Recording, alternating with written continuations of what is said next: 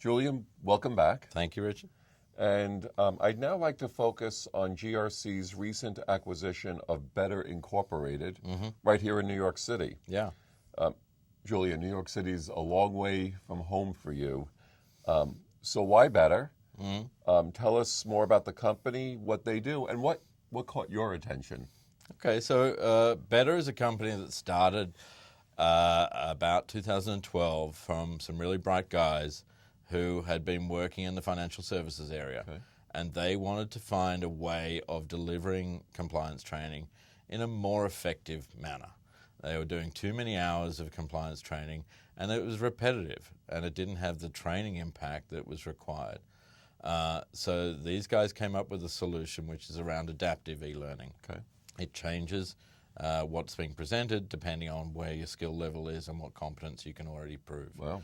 And that way we can reduce the amount of training for people. Interesting. So what do you think the opportunities are for growth with adaptive training? Where do you see Better providing market value and insight where it doesn't already exist? After all, as we've discussed, training is a crowded field, especially here in the U.S. I've even heard some call it a commoditized field. So where does adaptive training sort of bring us to a new level? Well, I think it's not just adaptive training. It's the combination of adaptive training and our existing skills in building content. Okay. So our business has always been about producing high quality, content for educated people. We're not wanting to build training that's condescending. We want to give professional training to professional people. And what we've got is a situation here where so many people have been doing their training year on year. It's the same training that they're being given. 90% of it they already know. Right. Right? Because they've done it already. They've done it. They've done it every year for the last 10 Right. years. So they don't need to do this again, but we do need to record that they know it still. And we need to also understand that they may have forgotten some of that as well. Okay. So it may be that they do know it, but they need to be reminded on it. But it's not going to be the whole thing. Got it. Now, when we look at organizations, and I was talking to one of the big four accounting firms the other day, they said every hour of mandatory training costs them $35 million in opportunity cost. Across personnel. Across the whole lot. So, and if you look at a major organization, even if you value in an individual's time at $100 an hour, you got 10,000 people or 100,000 people, that's a lot of money you're spending. And what is the outcome we're getting?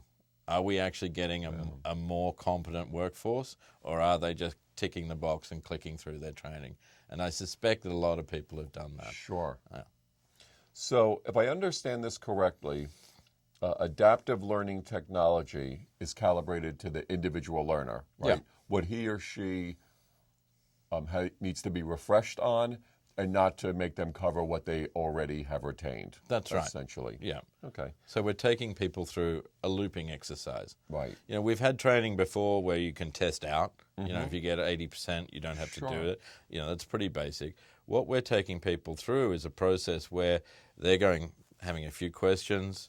If they get one or two wrong, they get a little piece of training on the bit that they got wrong, come back, re-answer those questions, and keep going through it. So that's saving everybody time and Absolutely. money.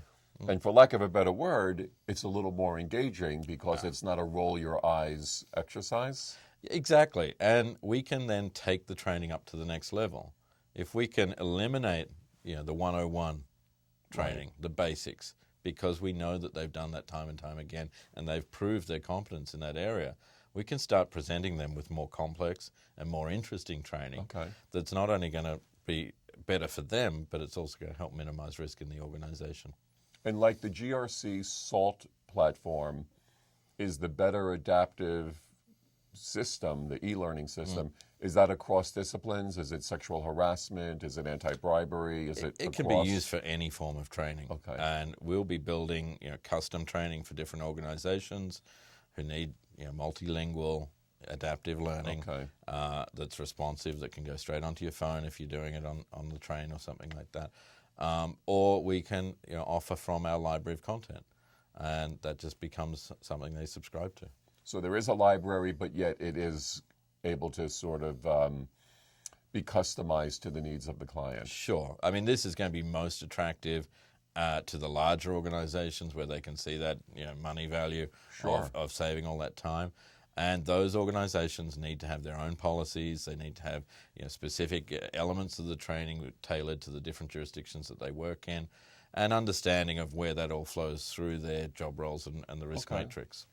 But when I was thinking about adaptive training, I'm thinking, wow, this is a lot of content because it's really geared toward the individual. So, Julian, I was curious, where does the content come from? Who's actually writing the training, whether it's sort of a PowerPoint presentation, or is it, audio visual? Yeah. Where does it come from? So we have a very large content team back in Australia. Okay. And they're very skilled at taking dry information, reams of information, and turning it into interesting and instructing adult education materials. And there's a difference there. We're not trying to train children. We're not trying to entertain. We're not trying to make this into a game. We've got to get people through this in the fastest possible way, but also make it sink in. So there's a skill in taking that material and adapting it for adult education. So our guys can do that. Okay. And we're often just producing content as we go. So some new topic comes up or a new area of law. Anti-bribery wasn't a huge issue in 2005, but by 2015 it was our bestseller. Sure. Yeah. So, but also we get clients who come to us and say, look, we've got this training course. It's really long. It's really boring. We've been putting these people through it every year for the last 10 years. What can you do? Please help. Oh, okay. And so we'll take their materials and edit those back, change them around, bring them back to them, work with that organization to make sure that we're hitting the right mark, that we're talking in the right sort of language for their culture, and that it is actually effective training, because it's not just giving them reams of information. It's saying, well, let's break it up. Let's see what we can do. Okay. Let's codify it. Let's make sure we're getting the learning outcomes that we're trying to achieve. I think that's an important point. So if a company has spent millions upon millions of their existing training system, it doesn't mean it needs to go in the rubbish bin. No. It can still be adapted, and you sort of take it through your team and break it up to be more adaptive to the learner. Absolutely, absolutely. And the same goes for the technology. A lot of the organizations that are running out a lot of e-learning these days have invested heavily in learning management systems.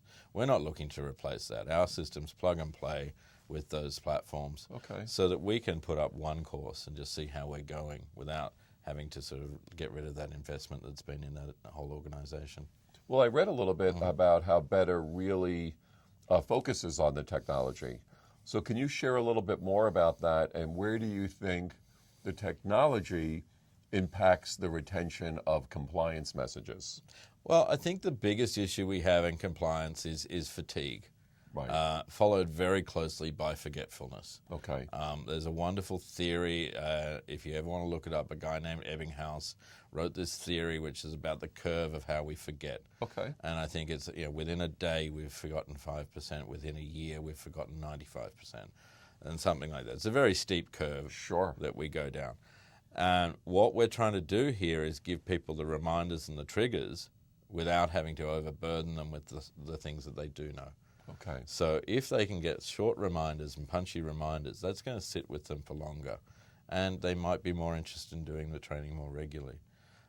From another angle, the technology itself presents the content in a way which is more interesting. E-learning has a bit of a reputation for being PowerPoints with questions.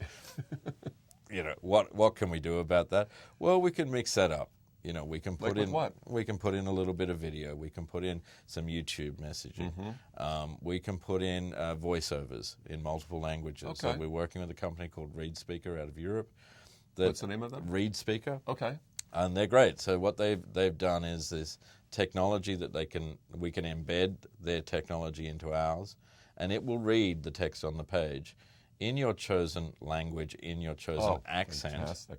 So if you want to have it in Welsh, you can have it in Welsh, and you can choose the pace. So for us, particularly working in Asia Pacific, where all the training's in English, but English might be a second language for people, this is great. So they can slow it down, listen to it, maybe put a Malaysian accent on it if they want. So it's kind of fun, but it's also gives us a really good training impact. And for someone like myself who has every possible Apple device that I can get my hands on, my understanding it's also compatible with tablets and smart devices. This is one of those things that everyone's asking for at the moment is Right. responsive design. You know, so if we're taking it onto a tablet and it turns around and it fits that screen, and we can answer those questions and we can do that when we're traveling, you know, I think that's a plus for all of us. Sure. You know, for someone like yourself who's always traveling, you don't want to have to be bound to your desktop computer. And I think that's happening in a lot of organizations too, where particularly in Australia, we're seeing a lot of organizations are hot desking, or they're calling it something else, but it's hot desking. Sure. You know, where you don't know where you're going to sit today or tomorrow. That's right. One of the organizations we're working with is rolling out the new Microsoft Surface to all staff. So the training has to be able to adapt to that. And it needs to be flexible enough that it's not static. We have to be able to keep it up to date. We have to change it without throwing out last year's course and starting again. The other thing that we do, which I think is relatively new and the better technology has helped us with this, is give the clients the ability to edit, which is really rare. And it seems like that's something that would be wanted by people. But what we found, building content, particularly custom content, is a collaborative exercise. Right. We don't know the ins and outs of every bank. They don't necessarily want to be writing every piece of anti-money laundering training or anti-bribery training. So there's a collaborative approach. But the old way of sending up marked out, scripts, or someone sends you PDFs with scribbles on them and things like that, that doesn't work. So we've got an opportunity with this technology for the client to have a light edit function. Nice. And they can get in there, have a play, correct a word here, correct a word there, and it makes that whole process a lot faster and a lot easier for them.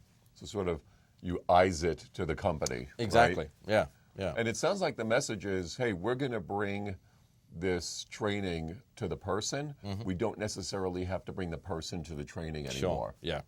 And that's exactly right. One of the biggest issues that compliance officers talk to us about is the amount of pushback that they get. Right. Every year they're rolling out training and the management team saying, why do my people have to do this? And they're saying that because their staff are pushing back on them and saying, why do I have to do this again? And everyone knows the answer. Right. We have to do it. It's mandatory. We need to be able to prove to the regulator, but it needs to be better. Interesting. So for someone who's interested in wanting to learn more and take a deeper dive, how do they get in contact with you? Go straight to our website, grcsolutions.co, and you'll find all the contact details for either people here in New York or New Zealand or Singapore or Australia, and someone will call you right back. Fantastic. Is that .co or .co. Okay. Yeah. Excellent. Well, thank you, Julian. Appreciate it. Pleasure.